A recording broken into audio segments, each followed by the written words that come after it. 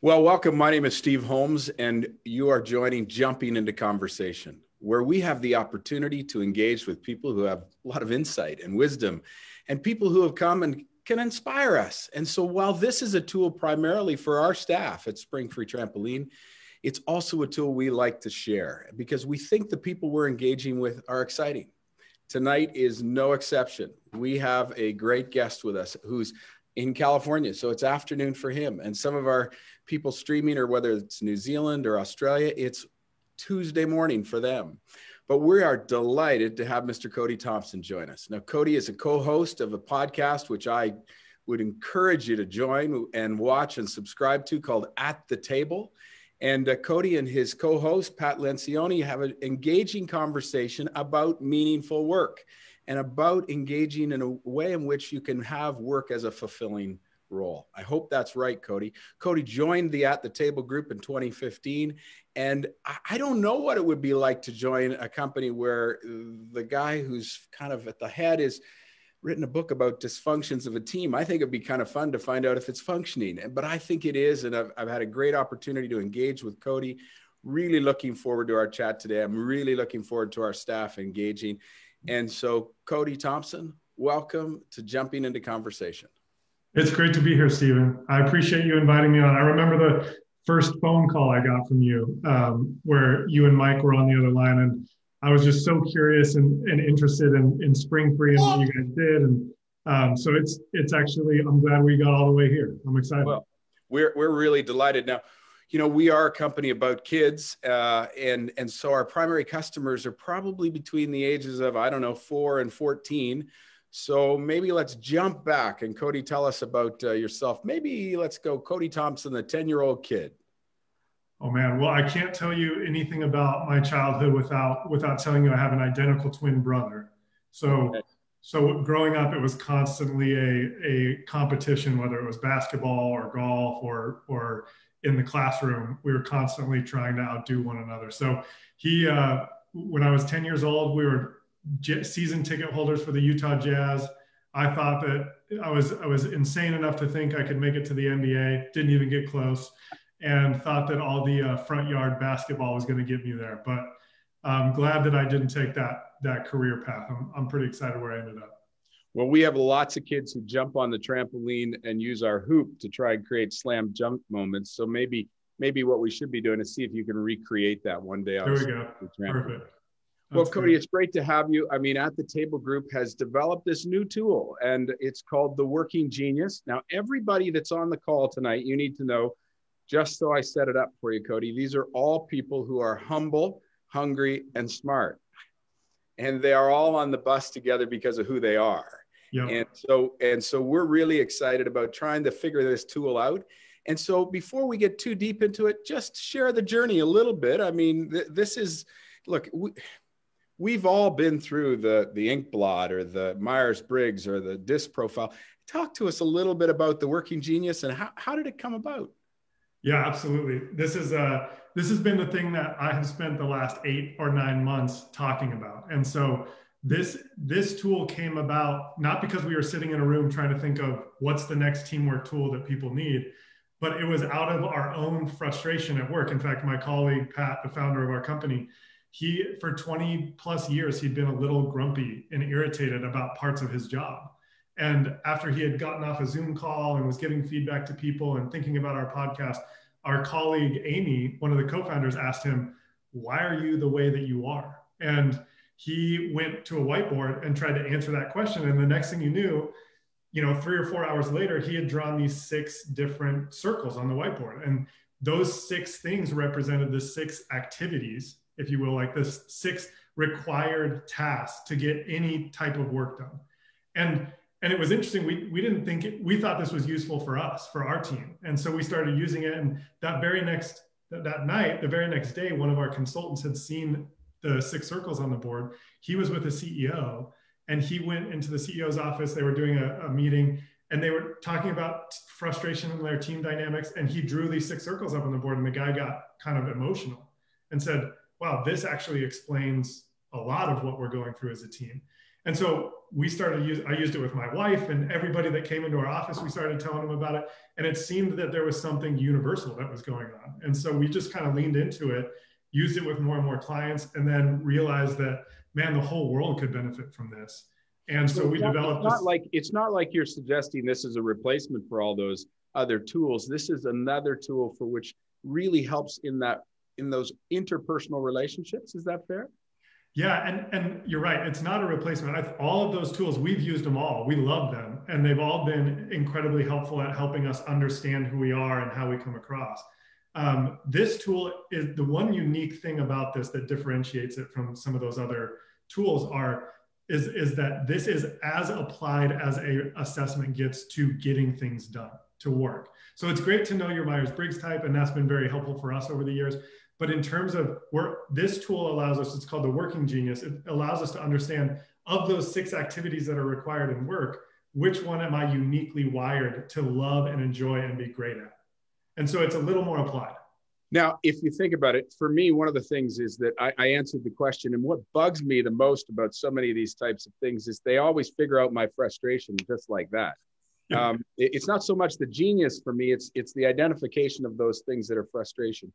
But tell us really quick, because there are some what I'll call engineers in our organization who always like to understand the science behind, the psychology or whatever you might call it behind those data points. How do you come to those places? I mean, you use experts, I'm sure. Yeah, so this tool in particular, we have another assessment called the Five Dysfunctions of a Team, which is our most popular book that's out in the world.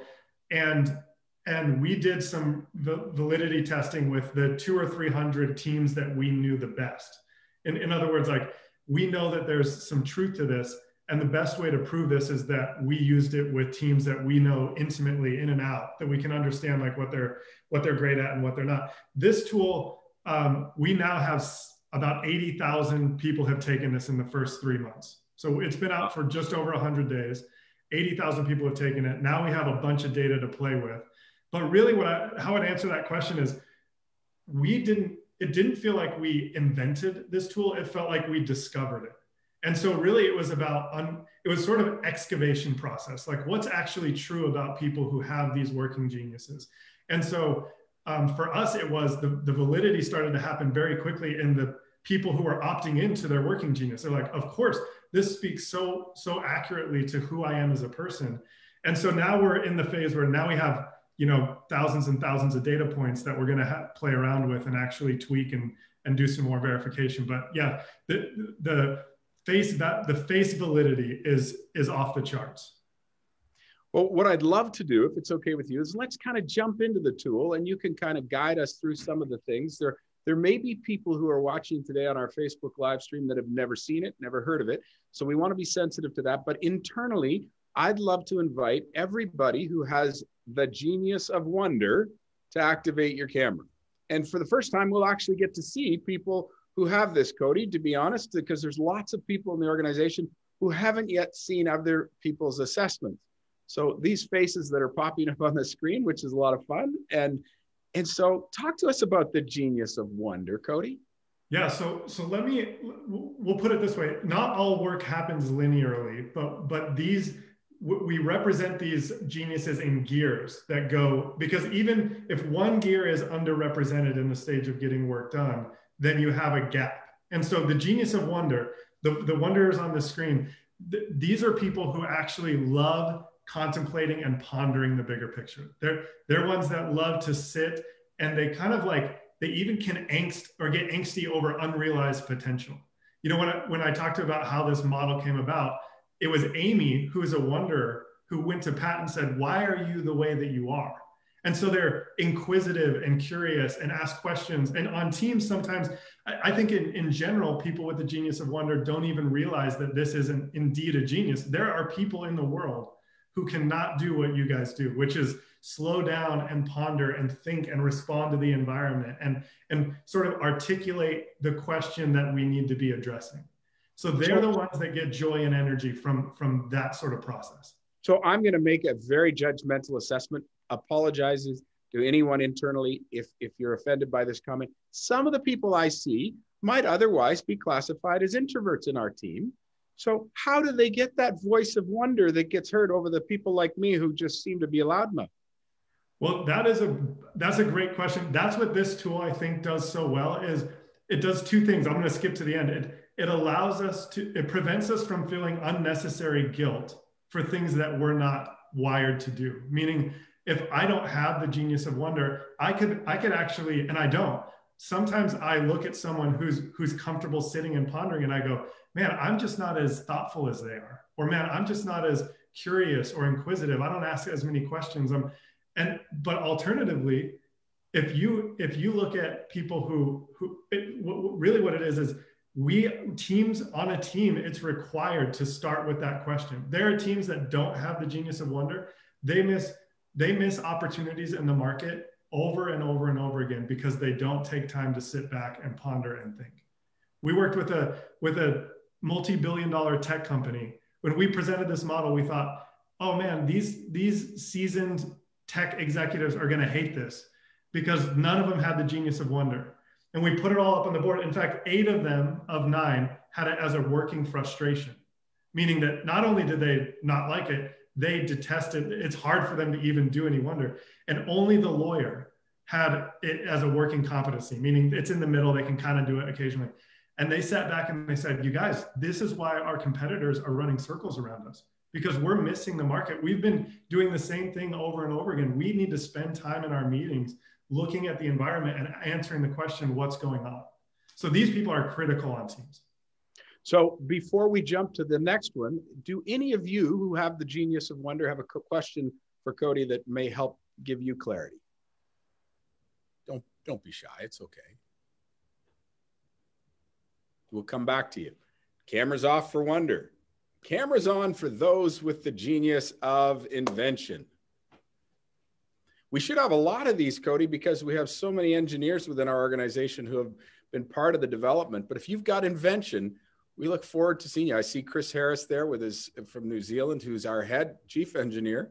So he better have this gift of invention. So we're having some fun. So Cody, talk to us about those inventors in the room. So in order to do that, I'm going to start. So you have the genius of wonder, and these people ask questions. What's going on out in the market? They identify unrealized potential. The inventor, this is the person who has the genius of invention loves a blank slate and a problem to solve. They want a whiteboard on the wall, and they want someone to come to them and say, hey, we can't crack this. We need you to come up with a novel solution or a new idea or help us solve a problem. And they light up realizing like, hey, I want to be the person that comes up with something out of nothing. Now, if you were to ask another person without the genius of wonder, someone who has it in their frustration, hey, why don't you sit in a room over there and we're going to bring you problems to try, and you're going to be the person with no direction and no parameters to try to come up with a solution, they'd run and hide. They'd quit. The genius of invention people, that's what they live for. They want to be the people that, and I'll say this, that this is generally considered the genius because we think of like Steve Jobs or the people out there that in the world that were inventors, classic inventors.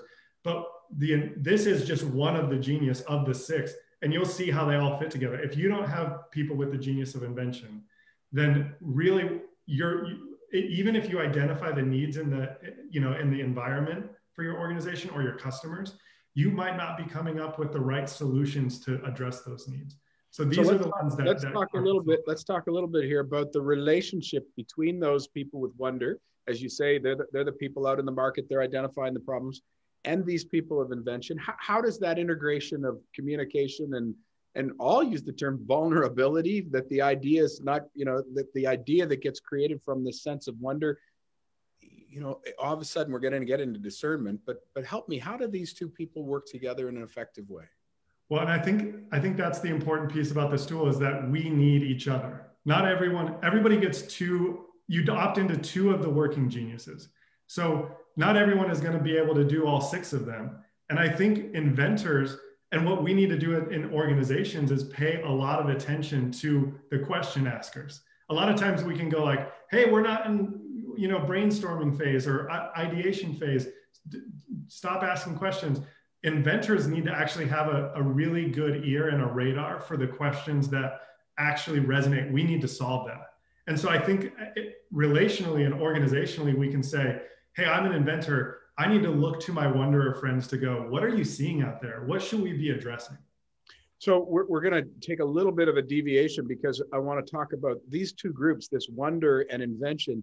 In this COVID world of remote working the way we are, they don't necessarily have as easy as time of interacting in this Zoom world. Sometimes that doesn't get the creative juices and the problem identification quite the way. How do we kind of navigate some of those things? Yeah, it is harder. I think that when you look at when we get through all 6 of them, the first 2, wonder and invention, fall into this category that we call ideation. And then the last 2, which we'll get to, enablement and tenacity, they fall into the category implementation. And I think implementation might be an easier thing to do in a virtual environment than the ideation thing. I think that right now, companies that actually understand that it's an advantage to work in the ideation phase, I think companies have gone mostly to execution during this time. So it's a competitive advantage right now to remind ourselves that, hey, let's not just execute on all the things that we thought were important before COVID. The companies that did this best innovated during this time. They asked those questions, what should we be doing differently? And the inventors came by and provided a solution. Anybody from the invention group want to ask a quick question before we jump to the next genius? All right, you'll have a chance. Cameras off, you inventors. Those people who have this gift or the genius of discernment, we welcome your cameras to be turned on. Awesome. Isn't it amazing how, talk to me a little bit about, we started, if I showed you a picture, Cody, we kind of did a little bit of a distribution curve about how many wonders and how many inventors. And it's interesting, there's a lot of people in our organization in each of the buckets, but there's a good group of discerners here for us. So talk to us a little bit about them. Yeah, so this is, you have the person, the wonder who asks the question, you have the inventor who responds to that and creates something. The genius of discernment is the person that loves and is particularly gifted at gut feel and intuition and around evaluating ideas.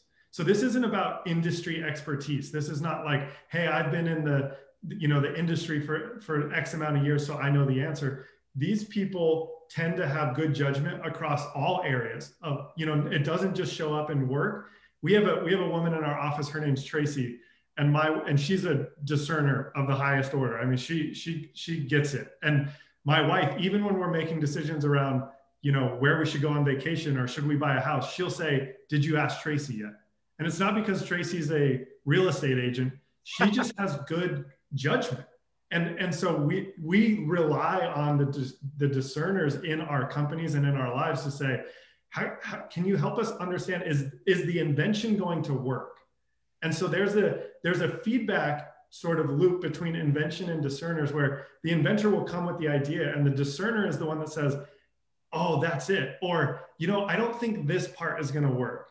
Or why don't we tweak this? And the truth is, sometimes discerners feel like they're like the king or queen of no, because the inventor, not every idea that the inventor comes up with is worth executing on. So we need discerners in our lives and in our work to say, hey, that's one. This is the one that we should actually, and it's gut feel. It's a pattern recognition and good judgment. Well, what's fun is I see some people who have wonder and discernment that are on the screen here. And so they've got that idea, the problem, they need somebody to invent it. And then they have the discernment to decide whether they did it right or not for their sense of wonder. And there's other, right. But as you look at the discerning role, I mean, we're at this new stage, the virtual work environment, all of the things. Discerners sometimes need interaction or insight to get that gut feel. How do they navigate this space? Man, I think that one of the benefits of having a tool like this is that we create language around what we're doing in meetings. So now that we have the language of inventor or discerner or wonderer, we can walk into a meeting and say, what are we doing here? Are we inventing something or are we evaluating something and trying to figure out what the right answer is? And it gives an extra layer or an extra filter around who should we bring into that meeting. There's a number of organizations that we've worked with that after taking the Working Genius assessment, identified gaps. So you guys have a good portion or distribution of discerners. There was an organization we worked with that their executive team did not have discernment, which was great for them to admit. That was a wonderful moment for them to say, hey, we're not particularly good at evaluating whether our ideas are going to work. They looked at the people just below them in the organization. They promoted a woman who had discernment and tenacity, the last one that we'll talk about. And they were in a big like sort of their sales had dropped off and they were in jeopardy of losing nearly $500,000. So they said, we need someone to help us evaluate the way out of here. They elevated this woman on the team. They tapped into her level of discernment, allowed her to be the discerner that she is. And in a couple, 3 to 4 weeks time, they were able to right the ship in a way that they wouldn't have been able to if they hadn't thought we're missing this piece. Well, I have my personal story in the sense that, and I shouldn't share it without permission, but I will, you know me. My wife took the test and her working geniuses are enablement and discernment. And her enablement is always evident by her way in which she encourages people and helps people. I often took her discernment as she was always taking the crap out of me and giving me a hard time for things. And what it came to the realization is that was her genius of discernment. She was asking, well, why? And pushing those questions and that gut feel. And it's been an interesting dynamic to reassess whether she's giving me a hard time or whether she's actually exercising discernment, which is what she's doing. We had a guy, a quick story, a guy emailed in after he and his wife on their anniversary took this assessment. And the title of his email was, I used to think my wife hated me. it was actually, he was an inventor and his wife was exercising her discernment, trying to save him from inventing too many things. And he thought, man, why is she always doing this? Why is she always shooting down my ideas? And she's trying to exercise her genius. He said it was the best anniversary gift that he'd ever received, is knowing that his wife was just trying to exercise her genius to help him. So. Well, I have the same feeling. Discerners, any question? Anybody got a question you want to throw at Cody before? You'll have a chance, but any questions now? Okay. I just have a comment, Steve. Yeah, go for it.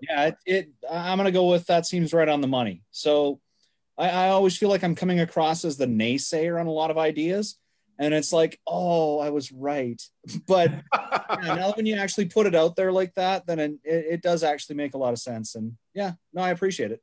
That's good. Great. Look, discerners, nice to see you. Phyllis, Scott, I don't think I'm going to see you again for a little bit. We're on to galvanizers. If you're a galvanizer, I look forward to seeing your face. Here they come.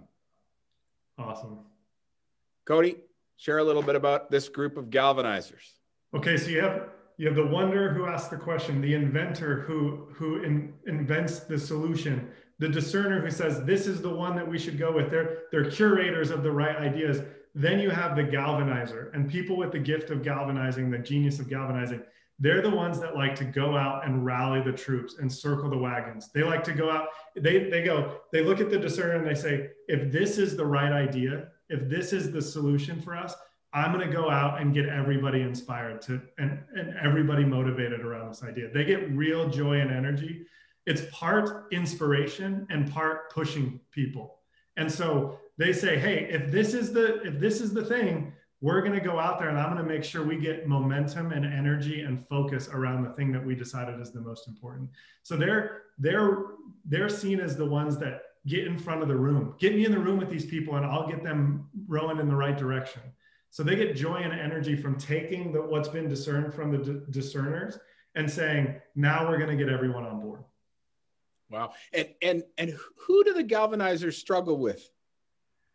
Well, probably in an interesting way, after you've discerned what the right thing is, a galvanizer might be out there trying to get everyone rowing in the same direction. And if a wonderer says, hey, are we sure this is the right thing? It can be a little discombobulating. It could be like, wait, I thought that we already decided that this was the right thing. And so, another way I'll put it is think of, I'll do this at the end.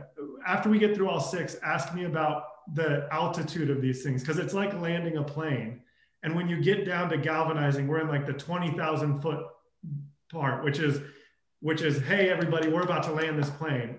Let's get the tray tables up and let's get everyone in their seats. So it can be a little discombobulating for the galvanizer when the wonder is like, should we even land the plane right now? So I don't know if that answers your question, but. I get it. Sometimes galvanizing can kind of seem tenacious. Is that fair?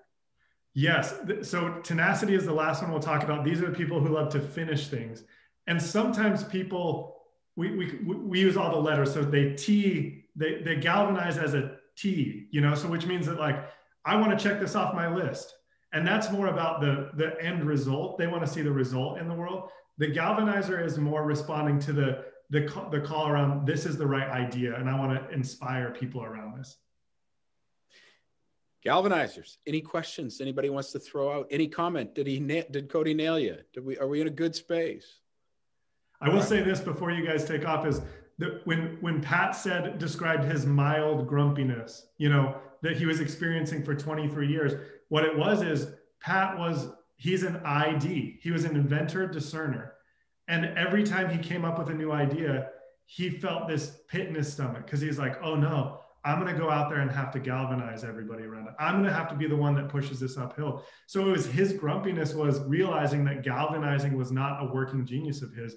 And that every time he did that, it was taking him away from being an inventor discerner. So this is the one, galvanizing is actually where we discovered sort of the model this was the entry point for Pat's frustration. Now, I'm going to come back before we leave the galvanizers. One last question. If a galvanizer isn't got the genius of tenacity, if they don't, but where is it that their frustration can build? When we get back, we're going to come to how all this might come together in the 5 dysfunctions of a team. But in the sense of when the tenacity, when somebody lets it down, how does that frustration manifest itself, and how do they address it with their team? Well, I can speak from experience because I'm a discerner galvanizer with absolutely zero tenacity. And so here's how it works for me, which is I will give my best effort to inspire people to finish. Like, hey guys, this is what we're doing. I need hands and arms and legs and people to execute on this. And then when it doesn't get done, a tenacious person's like, screw it, I'll just do it myself. I go back to, I must actually try harder. Like, we're going to get back in the room. I can't actually get myself to go do the tenacious thing. So their frustration is probably around what we'll talk about the next, which is the enabler, the gift of enablement. If people don't, if galvanizers are galvanizing and no one is saying, I'm here to help, it's so disheartening and so demoralizing for a galvanizer, because we're using all of our passion and energy to try to spur people in a direction. And then if nobody says, I'm in, then that can be very frustrating. Well, let's see if we can find some of those people who are enablers that are in. So goodbye, galvanizers, and hello, enablers. Here they come in a big crowd for you, Cody. Perfect. Okay, well, this is the enablers. This is the first thing I'm going to say to the enablers is everyone who got this, we looked for every other word to try to describe you. And people are like, what do you mean enablement? That's around like enabling someone with an addiction. Absolutely not. Like, this is people with the gift of enablement are the ones that respond to the call of the galvanizer and say, I know what you need. I'm here to help.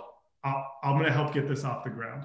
And organizations, the other thing I'll say is people with the gift of enablement don't think it's a gift. And it is an actual genius that if teams don't have this, every good idea is just left in the hands of the galvanizer. Nobody wants to get something done. We worked with a nonprofit organization, a church-based organization. And you would think in a church-based organization, everybody is nice and kind and wants to be helpful. And they were beating their heads on the wall because they were like, everybody here wants to be an inventor. Nobody's helping. They had a backlog of great ideas and no one to help execute them, and no one to come alongside and say, I'm here, I know what you need, and the relationship, the same relationship that inventors have with discerners, galvanizers have with enablers, which is hey, they respond to the call, and they're the people that get the initial momentum of a project off the ground. Well, one of the things I would say about these group of enablers, as I look at them and see some of the people, is that our business would be dead without them. Absolutely. There's so many aspects. It's true of all the geniuses, but the ability to enable and to get this thing done is heading towards that sense of tenacity. So now for enablers, they're gonna have this opportunity to encourage. They need people who have tenacity. Where does the gift come for enablers in managing those people with tenacity? Yeah, so they have to. That's an interesting question. I think the relationship between the galvanizer, enabler, and tenacity, and that's the next one we'll talk about, is the enabler is actually responds more to the personal inspiration of the galvanizer. They're responding to the personal call. The person with tenacity is one who actually is responding. They're focused on getting the task done. They're a little more task oriented than they are person oriented. And so I think, you asked me earlier about how does this play out in introvert or extrovert sort of language. And when we finish here, I do actually have a slide. I don't know if I can share it, but to show you how we represent it. But it's the way that we represent it is across the top is wonder, discernment, enablement.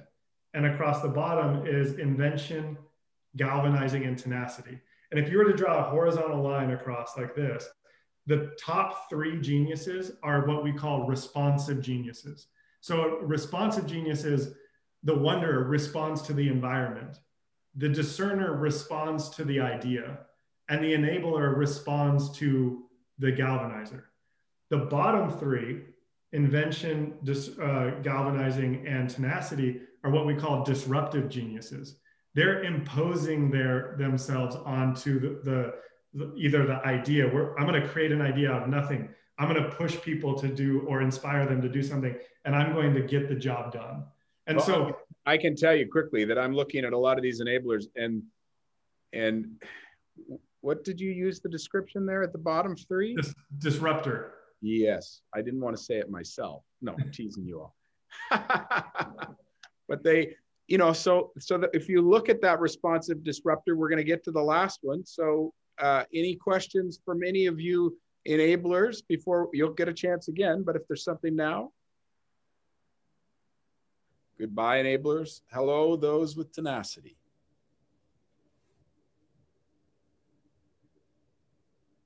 Thank goodness for the people who finished. This is definitely the last two, enablement and tenacity, are my working frustrations. And so I am delighted to see the quantum of people who have the gift of the genius of enablement and tenacity. So welcome those with tenacity. Cody, give us a quick summary and see if it resonates with these people. I'm with you, Stephen. I think I wish that every time you guys popped up on the screen across all the geniuses, like being able to appreciate people that are so unlike you is just such a gift to go like, I don't know, the same way that a person with tenacity that might be low in invention looks at an inventor and is like, that might as well be magic to me because I can't figure that out. That's how I look at people with tenacity. I'm like, I can't figure you out, and I love you all for doing what you were created to do. So the people with the genius of tenacity, they're the ones that relentless finishers. They love pushing the ball into the end zone. They're not satisfied with getting it to the 2-yard line.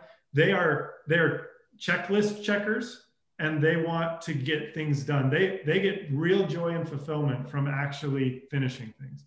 My favorite story about this is actually a personal one. While I worked here at the Table Group, I started a side business, and there was this one role that I had in the side business, which was I was in charge of all customer communications. And every time we did a campaign, we got hundreds of emails. And my wife for years said, let me help you with that. And I said, no, it's the worst part of my job. I hate it. And I feel bad. I'm kind of moonlighting here. I don't want to make you do this. And one day I was too overwhelmed. And so for 3 years, I had been doing this on my own. And one day I was like, okay, I have no choice. You have to help me. And I showed my wife how to do it. And she was getting she was like euphoric, categorizing all these things and checking them off. And it blew my mind that she reveled in something that I thought I just was crushing me every day. And I had no idea. Had I known that, it would have saved me years of misery, and she would have been fully utilized and fulfilled. So how do these people on the screen exercise the same, I'll use the word discernment that your wife did, to step up and say, guys, I am here. Pass it to me. I'm ready to take it to the finish line. I think the way that people with tenacity can really help their teams is one, for them to understand that this is, I think that sometimes we think that, oh, well, I just have to, all the work gets put on me, like the work, right? As in like, and probably people who are like, yeah, no, but that's true. You know, the work, they give all the work to us. But I think when you can work on a team and say, people who have tenacity have extremely high standards, and they don't let people move on to the next thing. They want to finish and finish well. And when we as people who don't have that can get distracted and move on to the next big thing or the next shiny idea, we're doing a big disservice to our company and to the people who have this genius. I think that it's funny. I have a story for every single company that lacks a specific genius except for tenacity. And here's why: that company doesn't exist. You know, they would go out of business if they didn't have people that finish things. So you guys, like those companies that go, hey, we're going to get 90% of the way there and not push the ball through the end zone, they don't make it. You guys are really integral and critical for that part of the business. Any questions from anyone with tenacity for Cody? And then we're going to try and change a little bit of direction here. Cody, I have a question or a comment real quick. Yeah. For people that possess tenacity, having to see things through, do you feel that people who had this trait during the pandemic, people who had to be agile and quick to move, you think this was a struggle for them in 2020? I think for the genius of tenacity, I think sometimes change can be a little bit harder because they're a little bit more structured and regimented typically. It doesn't fit everyone that way, but I think that they like things that they like waking up in the morning with their checklist, and when they have clear marching orders, they are fully engaged. They're like, hey, I know what I'm doing, I'm good. And so when the plan changes, I think it can get a little discombobulating. And so I would say the people with the genius of tenacity are probably the ones that might struggle with the change of the COVID situation at work, but they're probably also the people that during COVID got healthier and read more and did things that like the rest of us were like, man, I wish I could commit to those things and actually see them through. So yes. And I think knowing that about yourself and knowing like, hey, I know that I can be a little more in my element when I have a checklist that I know is going to be, pretty clear marching orders. You do probably, that's the 5 tenacity, the plane landing, we're at 5 feet now. And so the tenacity people are like, okay, we're landing this plane. Everybody, we're going to make this happen. And if you have to get bumped back up to the 50,000 foot view, it can be a little unnerving. Well, everybody can turn their cameras on if they wish, but let's get a little bit vulnerable here for a moment. I've just completed the Working Genius assessment, and I've come to the conclusion that it is an accurate reflection of who I am. But I don't necessarily feel that the current seat I'm in and job capitalizes on that genius the way I'd like to.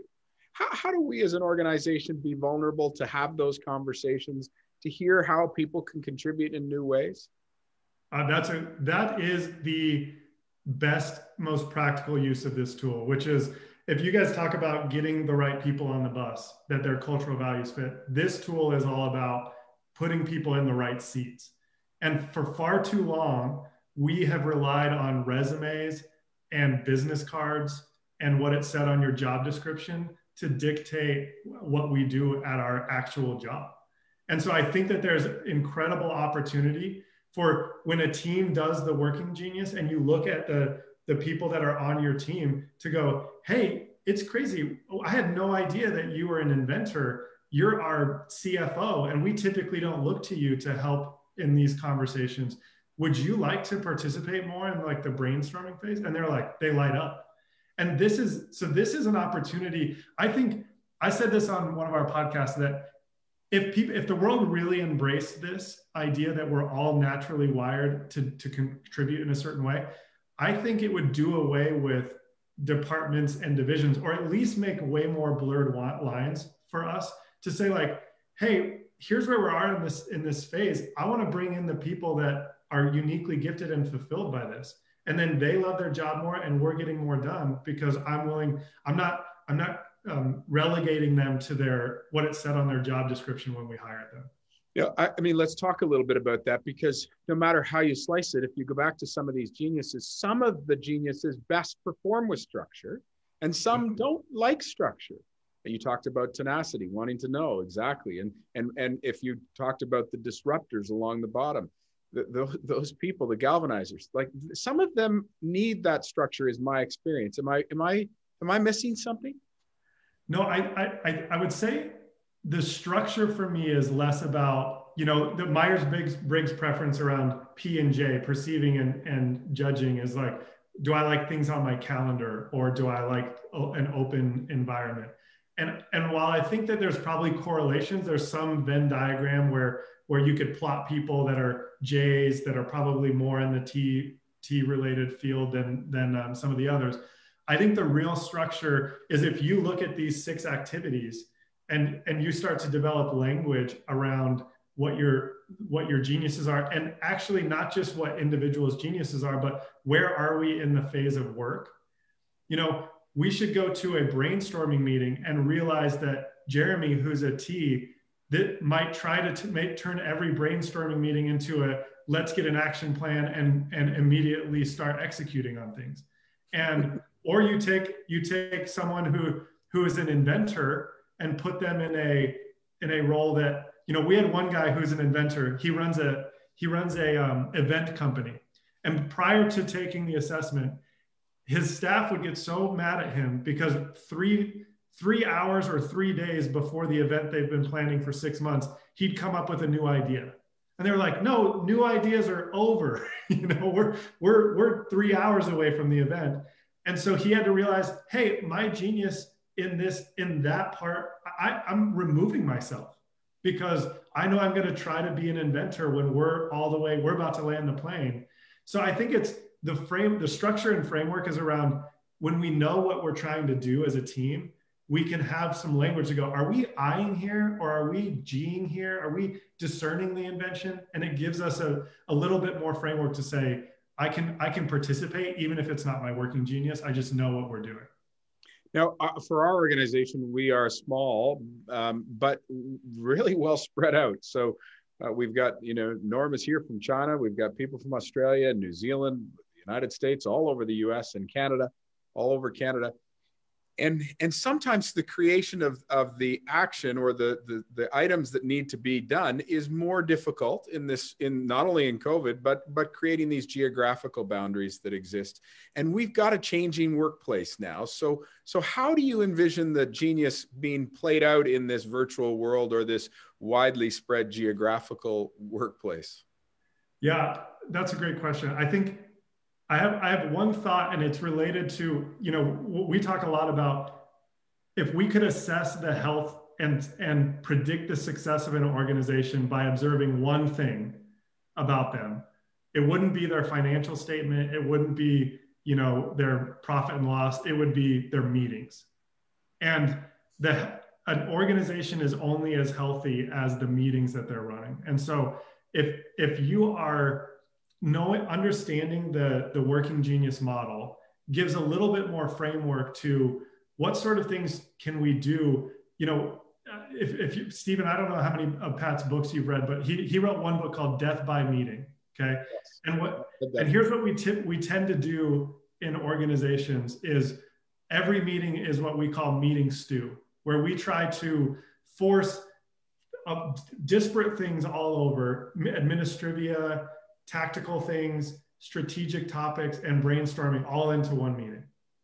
And we do this more often in our homes than anywhere else. So we'll be brushing our teeth with our spouse in the morning and we'll say, hey, who's picking the kids up from school? And where are we going on vacation? And should we have another baby? And what are we having for dinner tonight?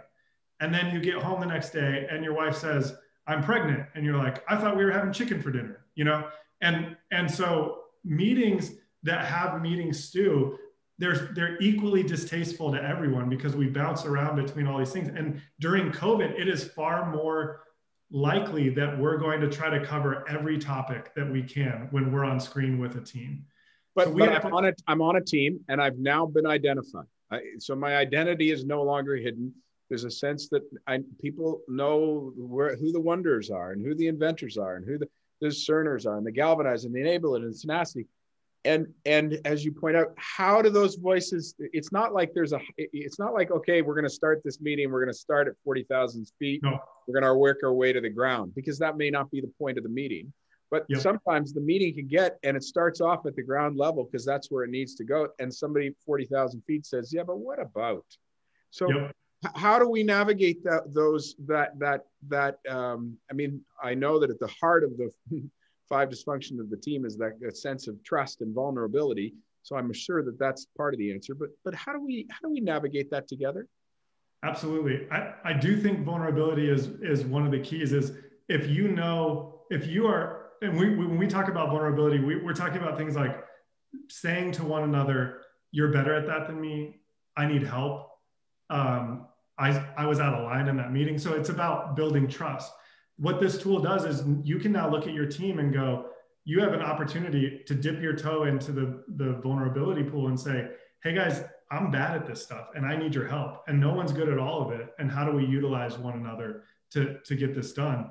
And I think the teams that are unwilling, the reason that you have vulnerability is because you can't, if you don't have a team that trusts each other, none of the other dysfunctions, all of them will plague you. This is a team that can't trust each other, can't innovate in a crisis. They can't have good conflict. They can't commit to decisions. So that's at the key. And I think this tool, and as it relates to how people show up in meetings, I'll do the quick finish of that, which is a brainstorming meeting is the WI. A quarterly offsite is a WI activity. We're going to respond to what's in the market. We're going to think about that and address that. An ad hoc strategic meeting is the one that's like, it's a 3-hour, we need an ID session to figure out a big, hairy problem that's in our market.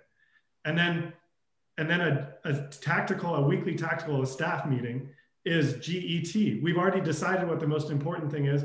Now we just got to galvanize and execute against our objectives. And then finally, the daily stand-up meeting is just a T meeting, which is, hey, what are you checking off your list? So I think as long as we can go into it knowing what we're good at and knowing how we're contributing to that conversation, rather than go in with our genius and try to make every meeting meet what is most attractive to me. Well, I want to open it up for some questions in a minute, just to let that flow through. But I do want to highlight something at the back of the package when you get to this.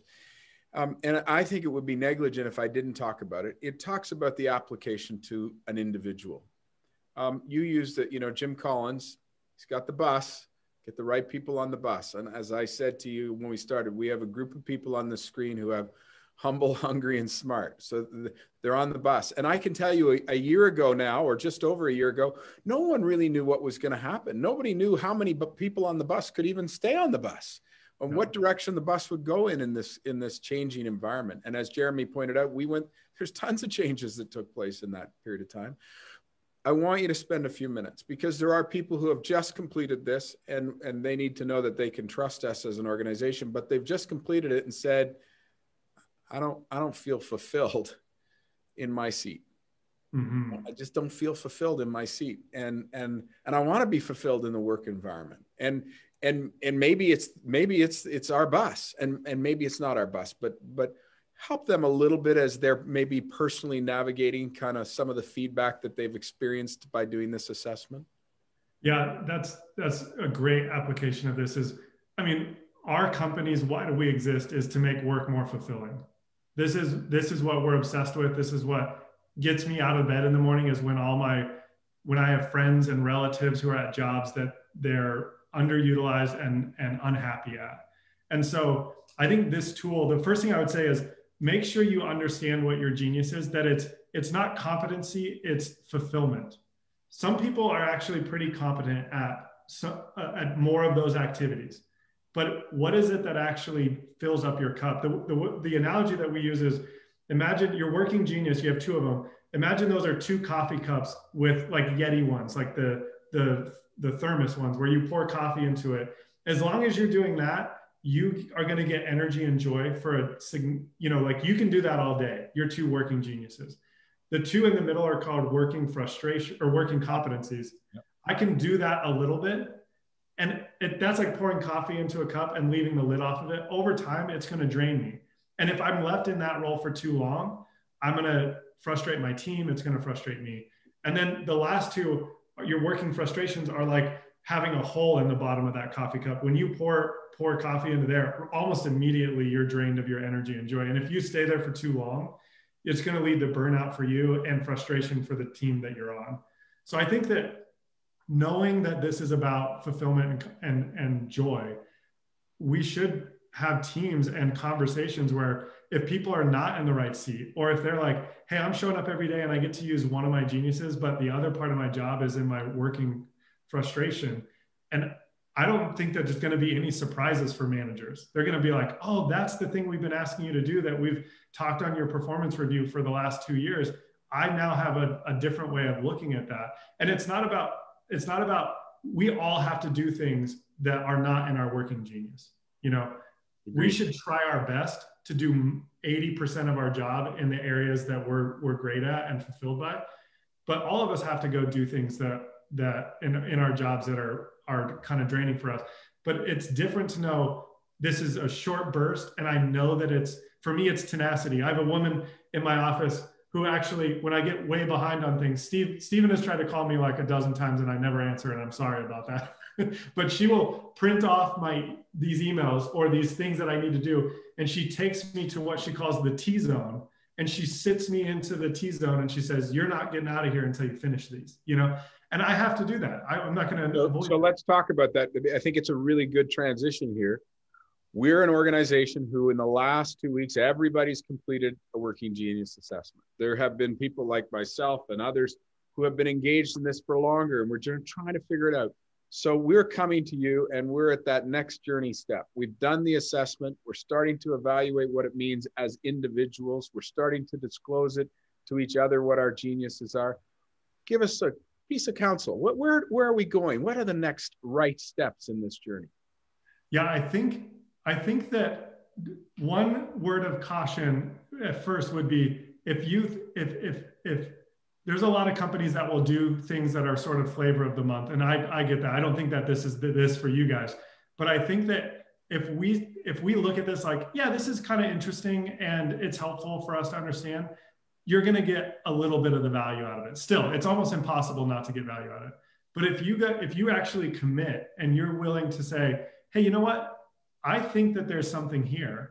I think that what we should do is look at our team and start to think about our jobs and the people we're bringing into these conversations slightly differently. I can promise you that there's a picture on the other side where your people are way more engaged, way more fulfilled, bouncing off the walls, and you're getting more done in less time than you had previously. I think the danger is that if we just go back to, yeah, that's great, but our job descriptions are what they are, and that's kind of the end of the story, then you're not going to fully tap in or utilize this tool. I just think I've seen it, and we're patient number one. We've been using this tool for 8 months. We went from ideation of this tool to getting it out in the world in 5 months. And the only reason we were able to do that is because we just leaned way into the model. We let inventors be inventors. We let discerners be discerners. We galvanized. So this is a testament to the efficacy of it. Well, it's been fabulous. I'd love to open it up to questions. There's no question that is off base, so feel free. If anybody has a question, you want to go at Cody, I won't leave too long a silence because I have lots more. But anybody, you want to ask a question? I've got a question here, Steve. Cody, thanks for doing this. Because this is really, as you said, only the last 8 months, is there any distinction between potentially moving, like what might have been a frustration is now something that is a working genius, like over time, like 10 years from now, could tenacity be a working genius for me, and enablement now is a working frustration. Yeah. And that could happen. That's a great question, Dom. I'm glad you asked it, because I think it's an important point. I think this is everything that we've experienced and that we've found from the 80,000 people who've taken it is this is a natural wiring. And a lot of people have asked, hey, so what I do, should I use this as a development opportunity to look at my working frustrations and then try to develop those? Should I do that? And that would be like asking someone in the Myers-Briggs who's an introvert, that would be like telling them, you know what you should work on is trying to get your energy from other people. You know, it's not going to happen. That person is wired to need to be alone or with some, you know, very small core of people. So I don't think, it's not been our experience that these change. I think because it's about fulfillment, it's more a natural wiring. Now, we all can get way more competent at some of these things, and we might have to in our jobs, but I don't know that we'll ever become more fulfilled by the ones that were not wired. Another question. Cody, I have a question for you. Do you have information about, you know, the percentage of different types you need for certain kind of companies? So would a manufacturing company need something different than a service company, or different size companies? I mean, any evidence there in your research? I think we're digging into a lot of the data that we have right now, so we'll have a little more, but I think that the way we talk about it is that you progressively spend more time as you go from wonder. Wonder can be very instantaneous. Oh, why are you the way that you are? You spend a little bit more time in invention. You spend a little bit more time in discernment. You spend a little bit more time in galvanizing, and all the way down the line. So I think certainly not every industry, you know, if you're a line manager at a factory, you know, there is something to be said for, we still need to be asking questions. Is this the best way, most effective way for us to do this? We still need to innovate, but you're going to naturally fall more into the GET. Like we need people with those skills to execute on what we've done. But I think that there's I will interrupt that and say we've experienced this firsthand in China, folks, where when Norm introduced our whole lean manufacturing, where he asked people who had tenacity all the way through the organization, where their job was to complete a task, to identify ways in which they could save seconds. They all of a sudden, Norm, you can come on. How many ideas got generated in 2020? Throw the number out, because I don't think it's small. You're mute. You're mute. I'm mute now? Yeah. Go for it. Let me do that. Can you hear me now? Yep. Yeah, we had about 4,000 ideas last year. Wow. 4,000. And where did they come from, Norm? Did they come from your office? No, hardly any came from my office. No, that was all mostly from our factory floor, to be honest. Yeah. So is that a good, I mean, from my perspective, there's a wonderful way in which you'd say that 98% of the resources and time is dedicated to tenacity in those people, Norm, but you've given the opportunity to do wonder and invention. Absolutely. Is that fair? And has that been a rewarding experience for them?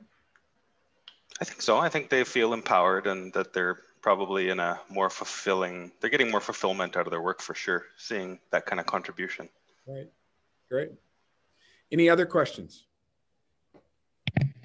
I have one, Cody. Earlier you mentioned on the widget model, the difference between responsive and disruptive. Can you speak into that a little bit more? I'd be curious how those dynamics play. Yeah. So again, the line is drawn in between. And so the wonder, discerner, and enabler, all responsive. Disruptive is inventor, galvanizer, tenacity. I think honestly, this is super helpful when you're managing people to understand. Like I manage a person here whose top three go wonder, discerner, enabler. And I find all the time that I have to ask him what he's working on. He's often working on some amazing things, but he will never tell me about it until I ask him, you know? And so I think there's one way to use it is in managing people. If you have someone who's falling more in one side or the other in terms of disruptor or responder, it's really helpful to know as a manager to say like, oh, this person, and he's actually an extrovert, but he's not he's a responder. So he likes hanging out with people and getting energy from that, but he very often is working on things that I have to pull out of him. So there's that. And then the disruptors, they are, it's more observable. What they do is a little bit more, you could think of it that way. Responders are a little bit more internal. Evaluating an idea as a discerner is an internal process. Galvanizing someone or inventing something or executing and finishing something, those are all very observable. And I think that we have a tendency to over-index on the observable geniuses and overvalue those versus the internal, like the responsive ones. Well, listen, I want to say thank you. Our time is up. I've committed to hold that tight timeline, and to Cody Thompson and all of your team, and Patrick, thank you for the introduction of this.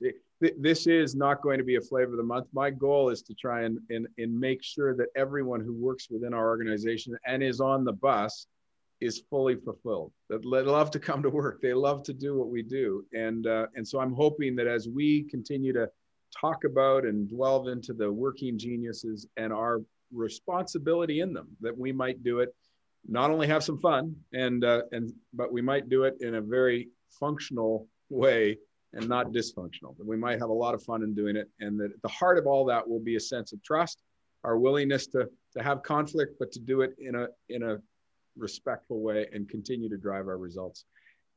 Cody, as I said, these are people who have been humble, hungry, and smart, and 2020 has been an incredible year, but they've set themselves goals that are even bigger for 2021.